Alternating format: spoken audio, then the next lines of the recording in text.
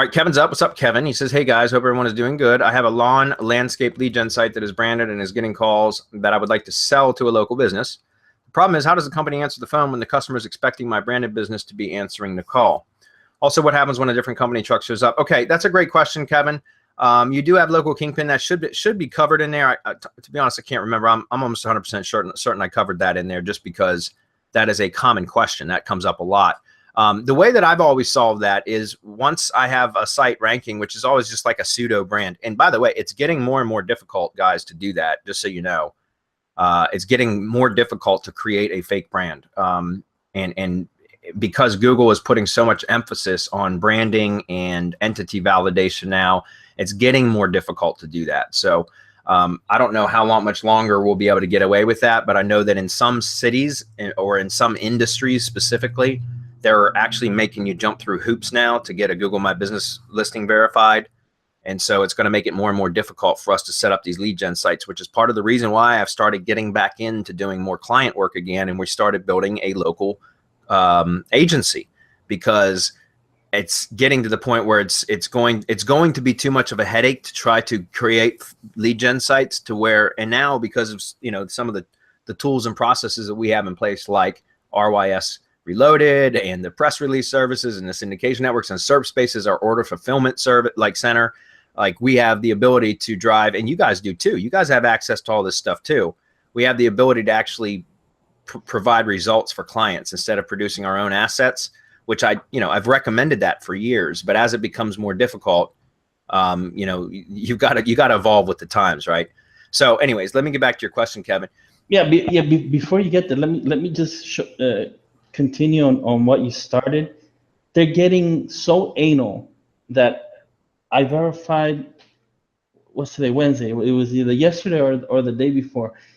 I verified or helped a doctor verify a business, and they actually made us go on video. They wouldn't accept the call. They wouldn't accept it. They made us go on video, and they made the doctor show his offices, his staff, and the wall, with his degrees and where, I mean, it's gotten to that point. Yep. It used to be, okay, doctor, you went in, you sent the pin, it was verified.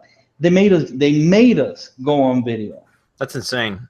But I've heard of the same thing happening in some of the industries, like some various industries. I think locksmithing is one of them, and in some cities they're requiring it for certain industries and things like that. So, that's what I'm saying.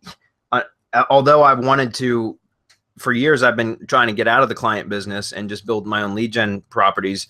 We're kind of going back to more client services again because of this very reason.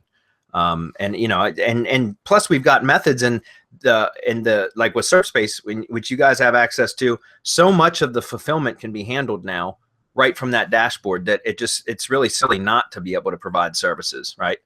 So anyways, let's keep rolling. I'm going to get through this question. He says, so Kevin, this is something that happens often. And what I've always done was once I got the site ranked and I start generating calls, then I put, like if it's a WordPress site, I just put a plugin. I use the Ink Themes, what's called the Info Bar plugin, but I'm sure there's other ones as well, but let me just find it real quick. But this is the plugin that I always use. I think that should be it. Yes, this is it. Info Bar plugin.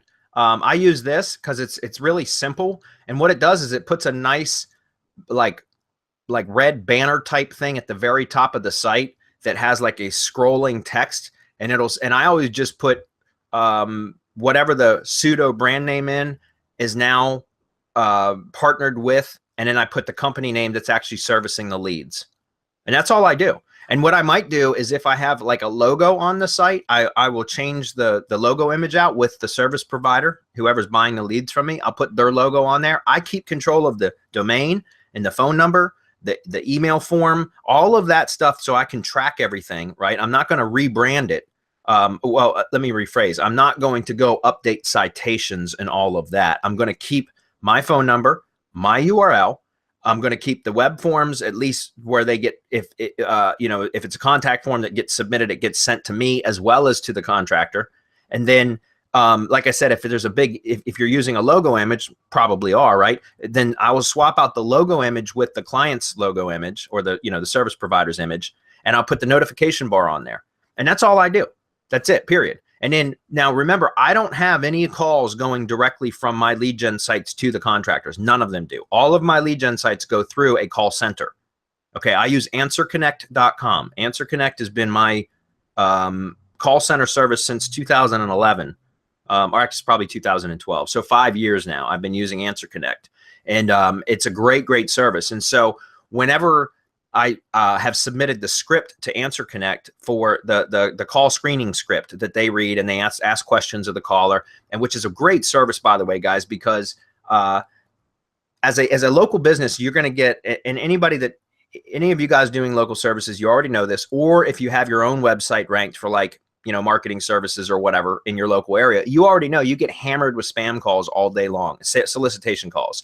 And it's typically from marketing agencies or like Yelp. Yelp is notorious for calling 15 freaking times a week. I can't stand Yelp because of that. They blow up my call center all the time with calls because of all the different lead gen sites that we have being funneled into a call center. And I literally burn up probably 300 or 400 minutes a month on spam calls because of that.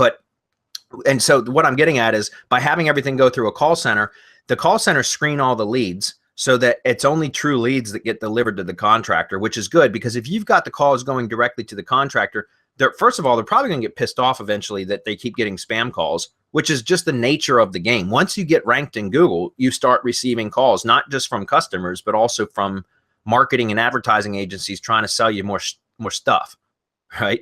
And so the contractor will oftentimes get annoyed with how many spam calls they get. So having a call center really cuts down on that almost 100%, because now the only leads that get forwarded to the contractor are the ones that have been screened by the call center and are valid, bona fide leads, right?